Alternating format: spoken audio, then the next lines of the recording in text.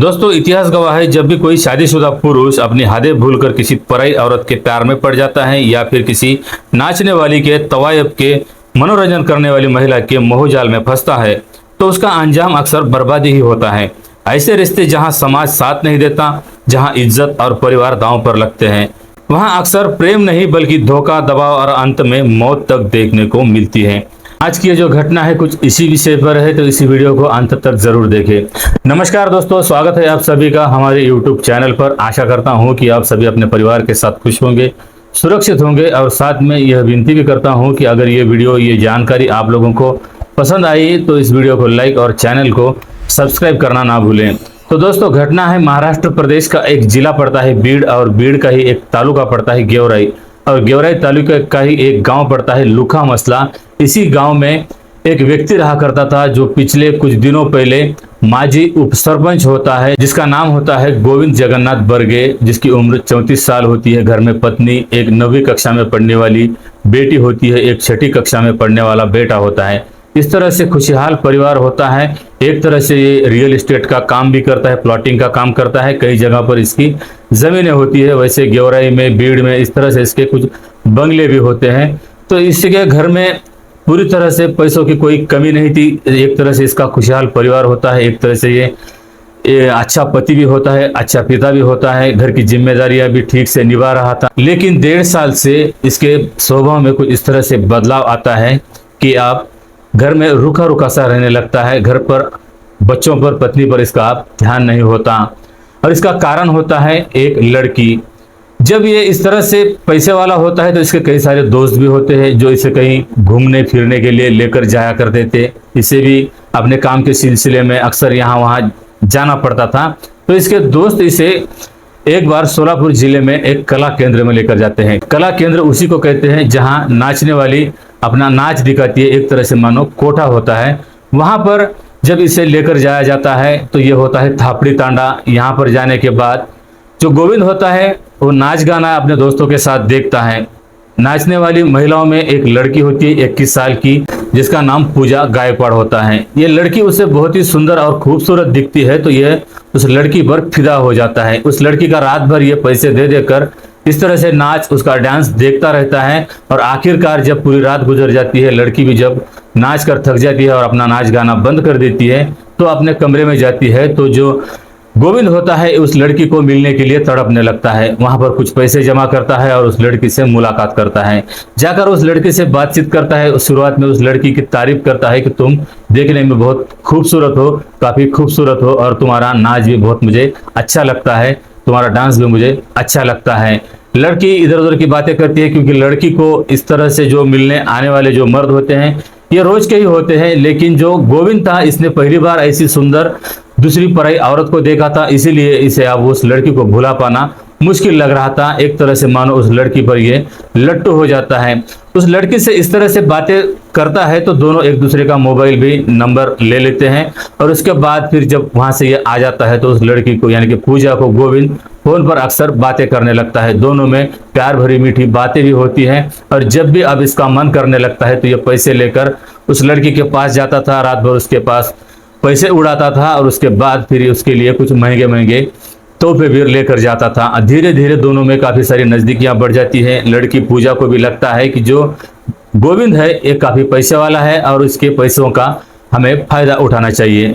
तो ये लड़की भी उस तरह से उसके पास से कुछ महंगे महंगे तोहफे भी लेने लगती है। एक तरह से ये उस लड़की को 1,70,75,000 का आईफोन दिला कर देता है, एक बुलेट गाड़ी दिला कर देता है, कभी उसे सोने की रिंग देता है, तो कभी दूसरी मुलाकात में उसे कुछ सोने के गहने भी देता है। उस लड़की की अब मांगे भी धीरे धीरे बढ़ने लगती है और उसकी हर मांगे फिर गोविंद भी इसी तरह से पूरी करने लगता है। क्योंकि अब गोविंद जो था पूरी तरह से उसके प्यार में इस तरह से अंधा हो जाता है कि इसे अब ना बच्चे दिखाई देते थे, ना इसे इसका कोई व्यवहार जो था, इसका जो व्यवसाय होता है ये भी नहीं दिखाई देता, ना पत्नी दिखाई देती है। अक्सर उस लड़की को ही इस तरह से वो बातें किया करता था। उसके दोस्त भी उसे काफी समझाने की कोशिश करते हैं कि वो लड़की एक नाचने वाली है, ना वो किसी की पत्नी हो सकती है, ना किसी की वो प्रेमिका हो सकती है। वो सिर्फ रात भर अपना नाचने का काम करके वो लोगों से पैसे कमाती है, बस उसका इतना ही काम है। और तुम एक बीवी बच्चे वाले पति हो, एक जिम्मेदार गृहस्थ हो, इसीलिए तुम ऐसी महिलाओं के पीछे ना पड़ो। लेकिन जो गोविंद था, इसके अब दिलो दिमाग में उस लड़की का इस तरह से बुखार छाया हुआ था कि अब किसी की बातों को मानने को तैयार ही नहीं था। अक्सर उस लड़की को जाकर मिल रहा था, उस लड़की को महंगे महंगे तोहफे दे रहा था, और लड़की अक्सर उससे कुछ ना कुछ नई नई चीजों की डिमांड करने लगती है। इसने ऐसा भी कहा जा रहा है कि 5 एकड़ जमीन उसके भाई को दिला कर दी है, कुछ जमीन उसके बहन को दिला कर दी थी। तो जो पूजा थी वो रहने वाली थी सोलापुर जिले के ही बारसी तालुका है, बारसी तालुके का ही एक गांव पड़ता है सासुरे, उस गांव की वो रहने वाली थी। उसके घर पर भी उसे एक मकान बनवाना था। गोविंद ने भी उसको मकान बनवाने के लिए पैसे दिए थे। अब इस तरह से धीरे धीरे करके पूजा जो है अपनी सारी जो इच्छाएं थी इसके जरिए पूरी कर रही थी। एक तरह से उसे जमीन भी हो जाती है, एक तरह से उसका घर भी हो जाता है। अब उसे खुद का एक कला केंद्र यानी कि खुद का उसका जो कोटा है ये बनवाना था। इसके लिए भी वो उसके पास पैसों की डिमांड करने लगती है, ये भी उसे देने के लिए तैयार हो जाता है। अब इतने सारे उस पर जब खर्चे कर रहा था तो जो लड़की थी अब उसके लिए वो भी उसकी सारी जरूरतें पूरी कर रही थी। अब उसकी जरूरतें ही क्या थी, सिर्फ उस लड़की के साथ एक रात गुजारना, उसके साथ शारीरिक संबंध बनाना, इसकी जरूरतें सिर्फ इतनी ही थी। इसीलिए अब वो लड़की भी इसको जो गोविंद को चाहिए था वो देने लगती है, और गोविंद के साथ इसी तरह से कहीं होटलों में, कहीं फिर उसके घर पे, कभी उसके कोटे पे। तो कभी कभी गोविंद अब बड़ेपन में जाकर उस लड़की को एक दिन गेवराई में इसका एक बंगला होता है, उस बंगले पर उस लड़की को लेकर आता है। साथ में एक दोस्त भी होता है। उसका जो दोस्त होता है उसको रोकने की कोशिश करता है कि ऐसी महिलाओं को इस तरह से तुम अपने घर पर मत लाया करो। लेकिन ये उसके दोस्त को भी बात नहीं मानता और उस लड़की को उस महल में, उसके बंगले में लेकर आ जाता है। वहां लाने के बाद एक रात भर उस लड़की को लेकर ये अपनी उस हवेली में, अपने बंगले में एक रात गुजारता है। दोनों भी उस बंगले में रात गुजारते हैं। तो जो लड़की थी उस लड़की को वह बंगला बहुत ही पसंद आता है, क्योंकि इसने काफी सारा खर्चा करके वो अपने परिवार के लिए, अपने पत्नी और बच्चों के लिए बंगला बनवाया था। वहां इसे रहने के लिए जाना था, इसीलिए इसने खुद के लिए वो बंगला बनवाया था। लेकिन जो पूजा थी, जो नाचने वाली थी, उसको वो बंगला बहुत ही पसंद आ जाता है और वो फिर गोविंद को उस बंगले के बारे में डिमांड करने लगती है, उसकी वो बंगले की मांग करने लगती है। और पूजा को एक तरह से 1.5 साल में जो गोविंद था इसकी हर रग रग से वो वाकिफ हो चुकी थी। उसे पता था कि इसके पास से कुछ भी चीज अगर मांगनी हो तो वो पहले उससे बात करना बंद कर देती थी। अगर जब गोविंद उसको कोई चीज देने के लिए मना कर देता था तो कुछ दिनों के लिए उससे रूठ जाया करती थी। और इसी तरह से फिर अब वो उसको बंगले की मांग करती है, लेकिन गोविंद उसको समझाता है कि ये बंगला मैंने अपनी पत्नी, अपने परिवार के लिए बनवाया है, और ये जो बंगला है मेरे सारे रिश्तेदार नातेदारों को पता है कि ये बंगला मैंने खुद के लिए बनवाया है। अगर ये बंगला मैं तुम्हें दे दूंगा तो मेरे घर में झगड़े लग सकते हैं, वाद विवाद बढ़ सकता है। मेरी पत्नी, मेरे बच्चे, मेरे कुछ परिजन, भाई बहन है, माँ बाप है, ये मुझसे फिर वाद विवाद करेंगे। इसलिए मैं ये जो बंगला है तुम्हें नहीं दे सकता। लेकिन ऐसा ही बंगला अगर तुम्हें चाहिए तो मैं तुम्हें किसी और जगह पर ऐसा बनवा कर दे सकता हूँ। इसके लिए तुम्हें थोड़ा इंतजार करना पड़ेगा। लेकिन जो पूजा थी ये अपनी जिद पर अड़ जाती है और उसे इसी तरह से फोन पर जब भी बात करती थी उस बंगले का जिक्र करती थी कि वो बंगला उसे रजिस्टर करके चाहिए। लेकिन गोविंद उसे समझाने की ही कोशिश करता था। ऐसे में पूजा ने फिर उससे बात करना बंद कर दिया।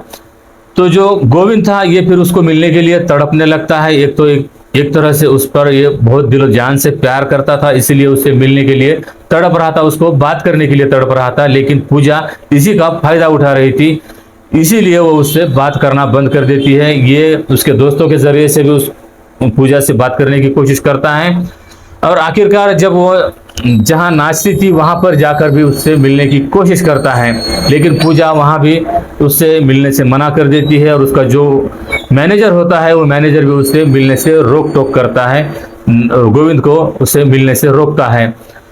और जब उससे इसी तरह से बात करने की कोशिश होती है, कभी कभार एक आधी बार अगर पूजा ने फोन उठा भी लिया, बात भी की, तो वो सिर्फ बंगले की ही मांग करने लगती है।